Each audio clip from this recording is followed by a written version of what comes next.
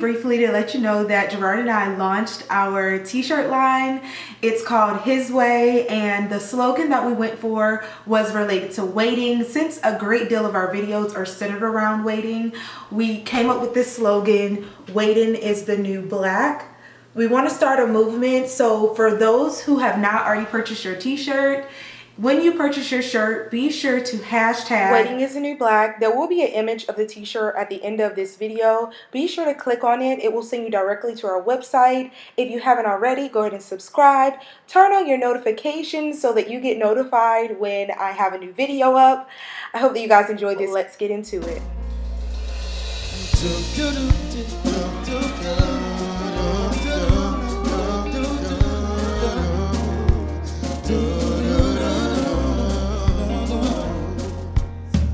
Some things have changed. When is the wedding? I don't know. Things are much different. Okay. So somebody asked, when is the wedding? I don't know if we should actually share what we talked about. We have had this conversation though. Absolutely. Yeah. So yeah, we're not going for the date. Okay, we're not gonna gonna do that. Not right now. All right. This one is quite funny. She said, ask him, where are all the good men? Cleveland. Ask him, where are the guys who are willing to wait? Men typically run when we talk about abstinence. Also, what are the general things a man looks for in a woman? She covered some really good questions. I know. Those are all for you, babe. So the first one. Yeah. Where are the guys who are willing, and she put in all caps, wait. I think they're out there. I think for Mary, and this may help, she talked about how she wasn't actually looking. You know, I think she was focused on herself, and I think I actually ended up pursuing her. So I would encourage you, you know, during this wait, it was something that we recently heard in a sermon. It's like how you wait determines how long you wait. So during that process, if you focus on yourself and, you know, your walk with Christ, I think when it's time, he'll find you. Mm-hmm. Yeah. And I think so.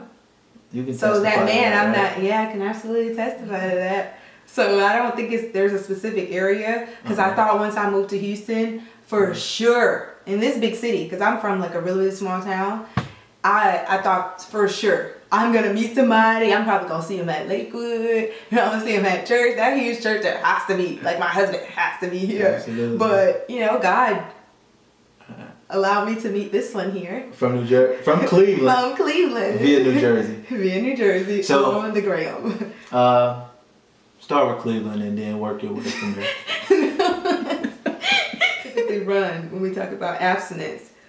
That could be a whole nother video right there. Just that whole idea. I think that question came up a lot. You know, presenting that question and their response to it. I guess we'll do a video on how Jord initially responded and just his thoughts currently towards that whole thing. Mm-hmm. So yeah, we'll save that for another video. What are the general things a man looks for in a woman? That's a great question, girl. Man look for in a woman. Once again, we can only tell you from our perspective, or I only can tell you from my perspective. I think, like I mentioned with Mary, my initial attraction was her faith. I loved her spirit. She had such a beautiful, beautiful spirit about her, and I was like, man, this girl is awesome. I have to meet her, and it started from there. So I would say her faith. Her faith was definitely one of the biggest things that attracted me to her. I'm sorry. And then also, you know, some other things that, you know, maybe guys look for in a woman. I'm usually attracted to like strong women in the sense that, you know, they know who they are, they know what they want in life, and just kind of like goal oriented. So like confidence. Confidence is very, very attractive. So they're usually goal oriented, educated, you know, some level of college experience, you know, bachelor's degree, master's degree, maybe even more. So that was always something that attracted me. Family. I'm a big family guy. I love family. If I know a woman who's close to her parents and the type of household she was raised up in. So if she grew up in a stable household where her mom and dad was together, I think she's more likely to follow that trend. At least that's my opinion. So, you know, if I get to know a woman and she comes from that background, I think, you know, that attracts me to him. I think that's pretty cool because I think, like I said, she's usually like, as kids, we mimic what we see. We're basically sponges. And she grew up in a stable household where her mom was dad together, they're married, they have their children together. So that's something that I find attractive. Now let's get to you. You're talking about in terms of aesthetics, like her physical beauty. How you want to be dressed and stuff. Like, how I want to be dressed. Right. I'm usually more the reserved type. You know, I've never been into the women that, you know, they post or show a bunch of things like that. You know what I mean? I've never been into that. I've always felt like, you know, you can be, you can attract the same attention and be just as beautiful without showing everything. So I've always been the type of person. I think that is. She has like a silent beauty. Absolutely, absolutely. And like I said, having that confidence where you don't necessarily have to show a ton to still, you know, be strikingly beautiful. And that's what I told her when I saw her photo. So yeah, in terms of dress, just a little bit more reserved. I've never been into those, you know. What about loud women? You like loud? No, I don't at all. I've never been into that. I like I said, quiet confidence. You know what I mean? You know, I think that being loud is, it's like, you know, look at me, and I think that's part of the dress. When you talk about how she's dressed, more reserved, I think, you know, when you dress a certain way, it seems as if like you're maybe attention seeking. I'm not exactly sure, but those are just my thoughts. I've always been into more reserved women, and usually the quiet type somewhat. Man, I've never been into loud and, you know. But there's some guys who like that. Crazy you know? women. I crazy women, oh my God. There's a guy that I talked to who's like, I like him crazy. I like him a little loud. So personal preference is like key.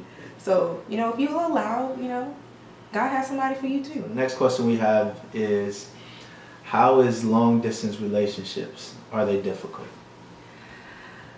I'd say from personal experience, because we're long distance currently, hopefully very soon that will change. But when we met, we were long distance, and right now we're long distance, and it's really not been a bad thing. I think it actually helps us a great deal that we are long distance, because temptation is not as strong as it could be if we were around each other regularly. And also, as I stated in another video, that because we met and we were not actually around, we were able to build a really, really strong bond. And it wasn't something that now became, okay, a physical thing where I have to see you, you know, it's based on your looks and just all this different stuff. You know, we can actually talk. Like, communication is so important in any relationship, whether it be friendship or if it's now your spouse. Communication is very important. And so with that, we talk about everything and we find ways. I think another question was asking about how we keep our long distance relationship strong. We have found ways. We talk about every single thing. Like, I don't think we have any secrets. We're like best friends. And like she said, just to piggyback off of that, how we met, we weren't in the same city, so it's not difficult me. I'm not used to seeing her every day. I'm not used to being around her. So it probably would be a strain if we met and I was around her hypothetically for a year or so, or 6 months, or however long, and then I'm suddenly away from her. Maybe it'd be a little bit more difficult. But at the current time, we met that way, so it's somewhat the norm for now. Yeah, that's our norm. And technology helps nowadays. You know Absolutely. What I mean? Polo is killer.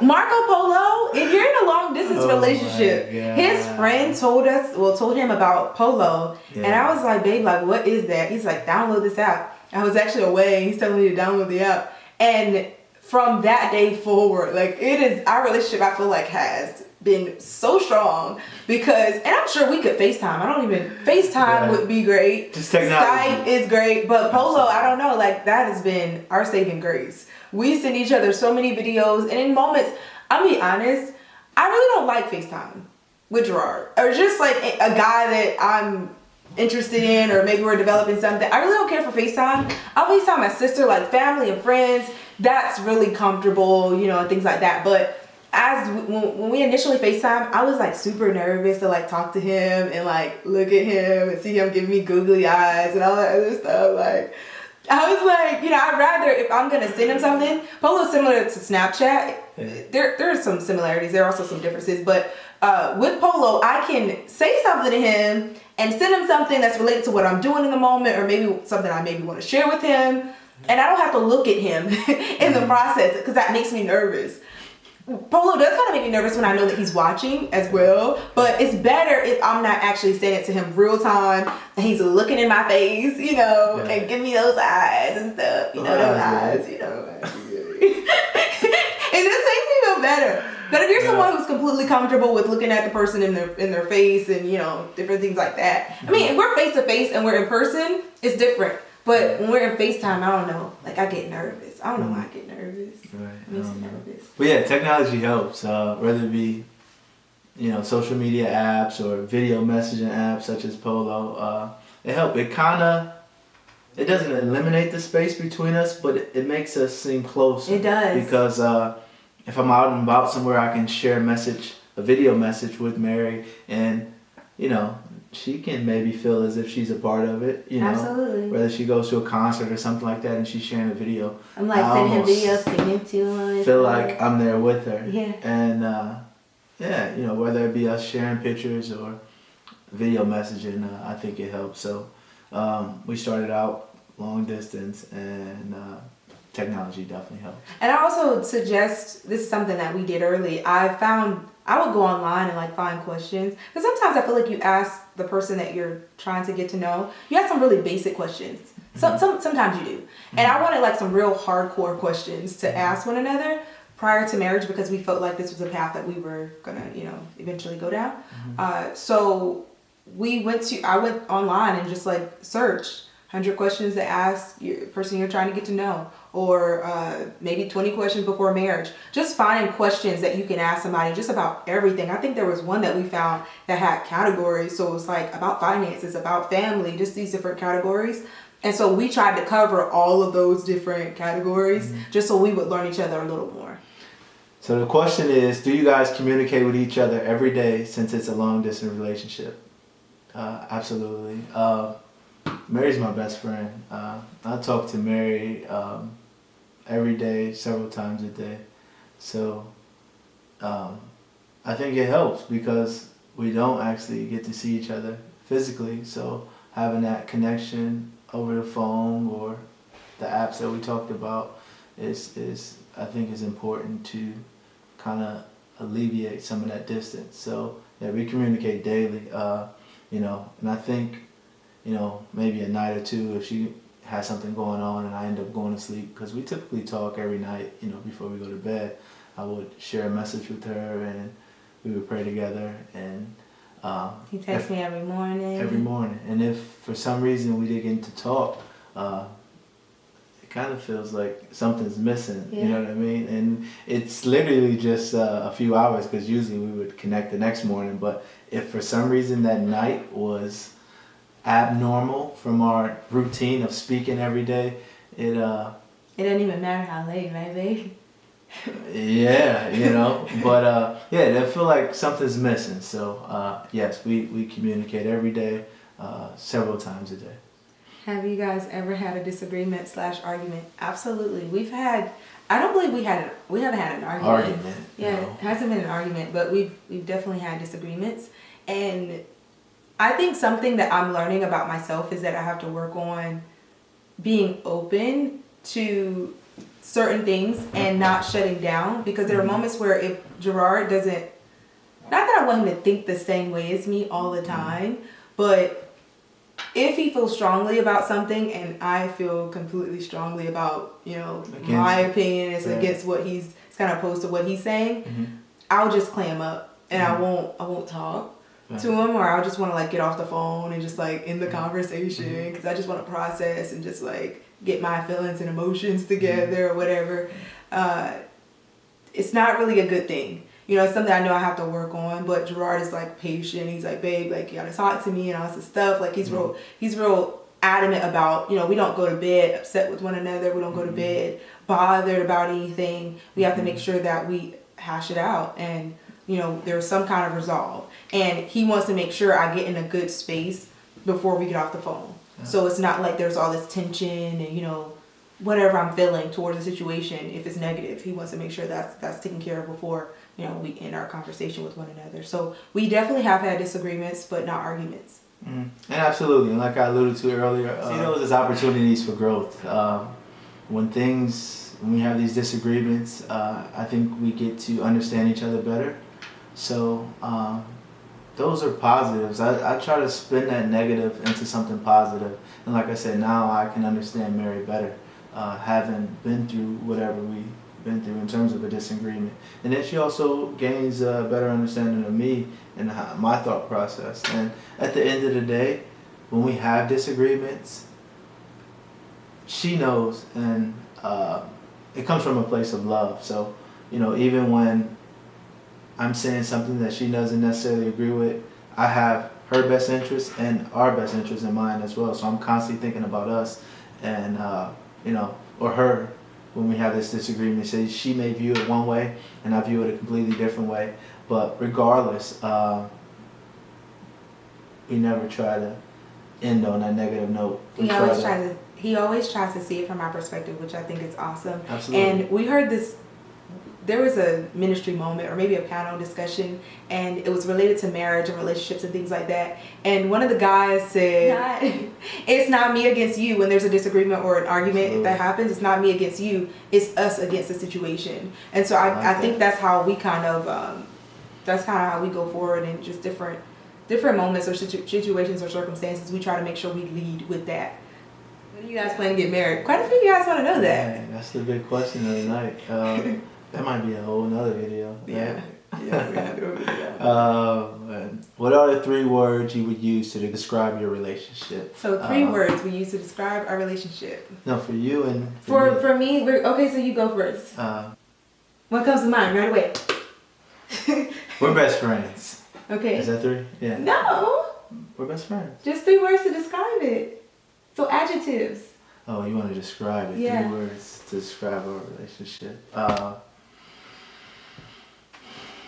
3 words to describe our relationship. I would say faith.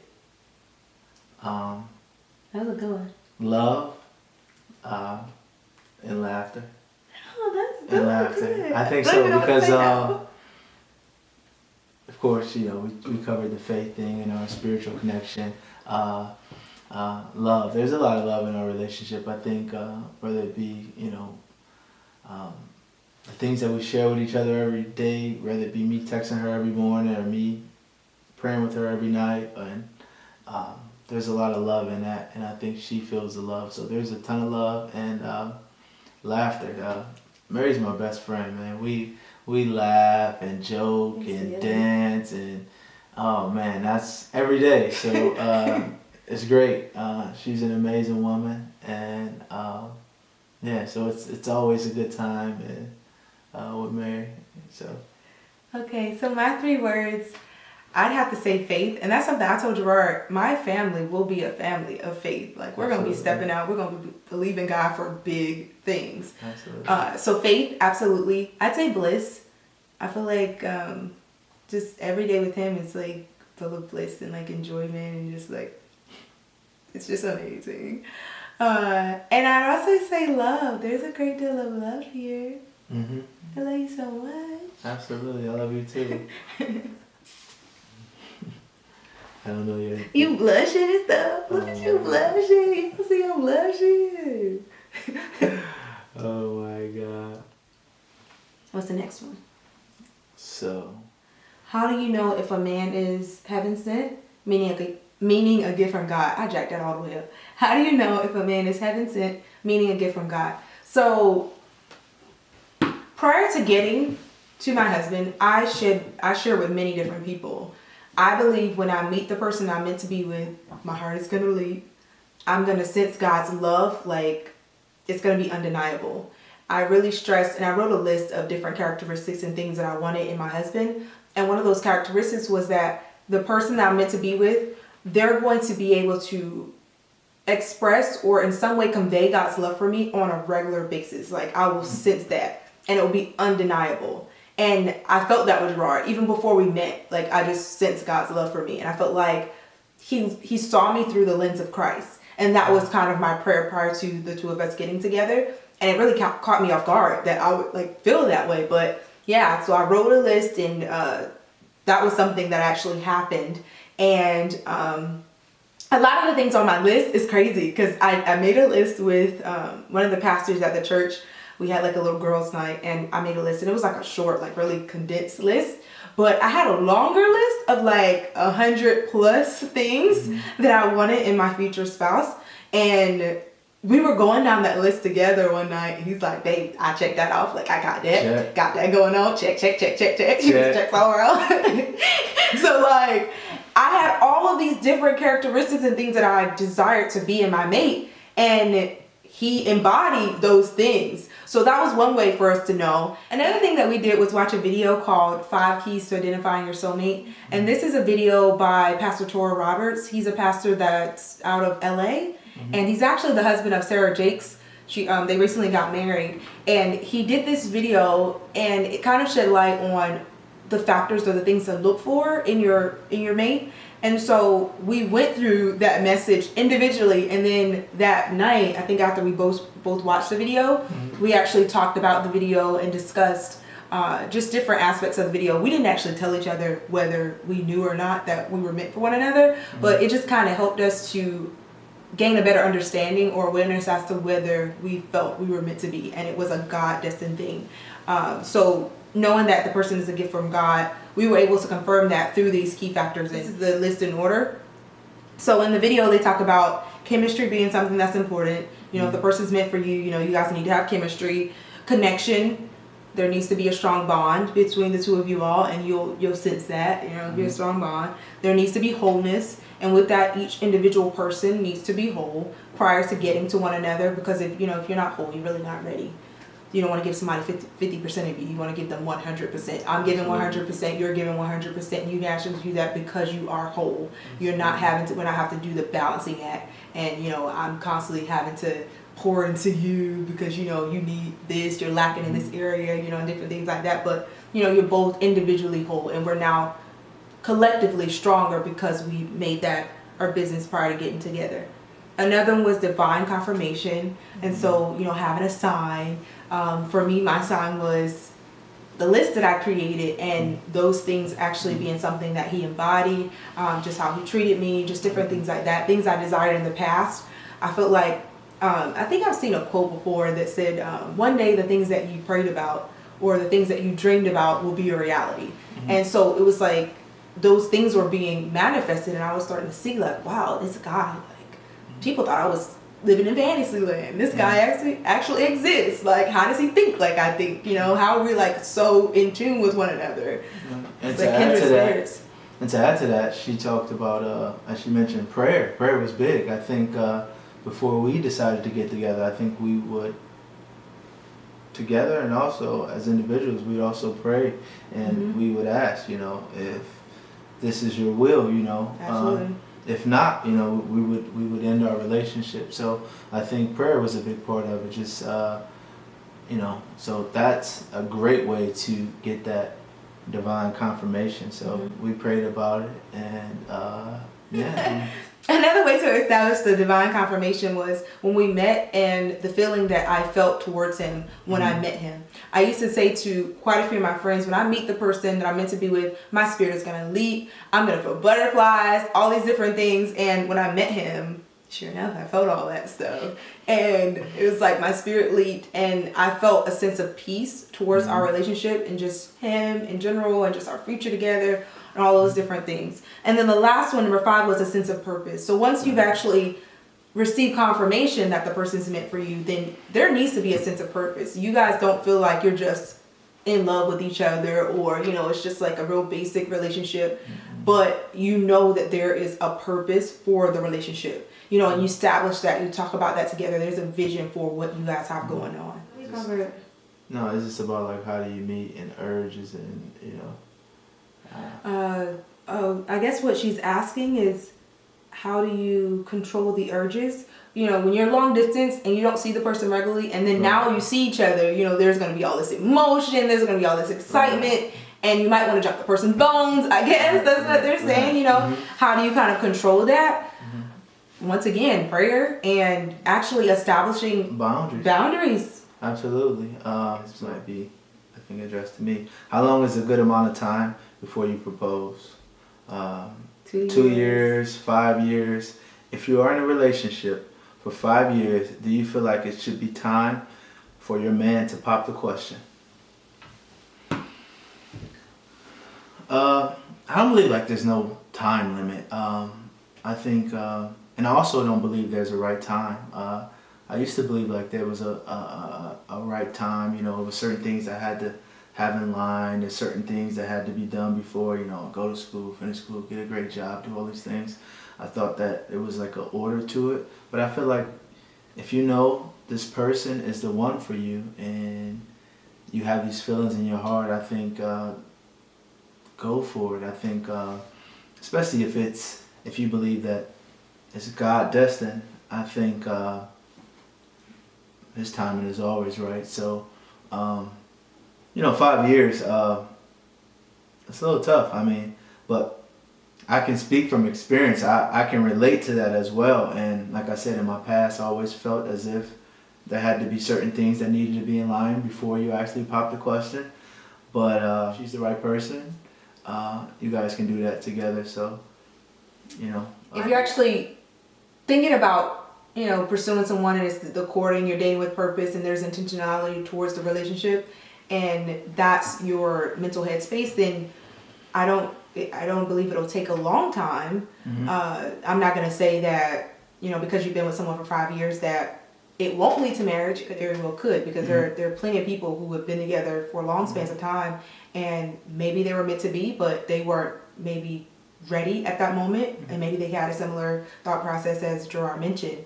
They just thought all these things had to be aligned before, they actually went down that path. So it can absolutely happen. What are your age difference and does it affect your communication?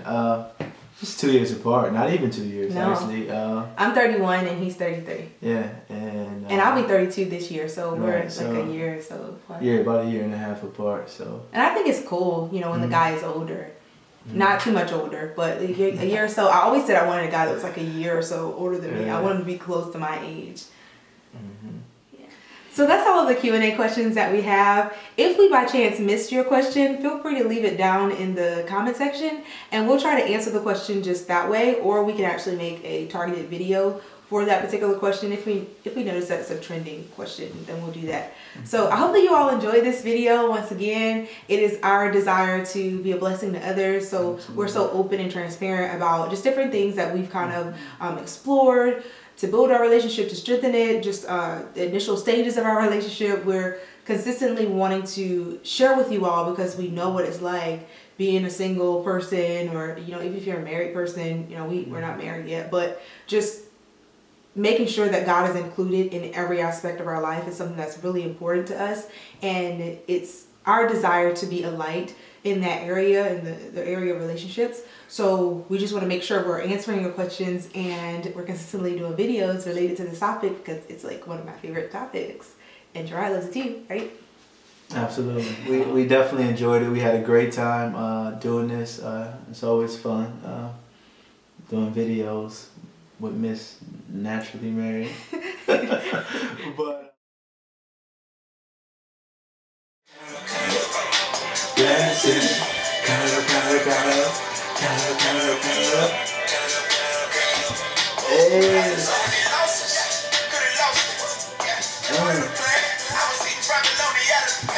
you don't understand. I'm in the studio. Hey. Don't try to rock me. Still. I was killing it. You ain't killed that. Bomb.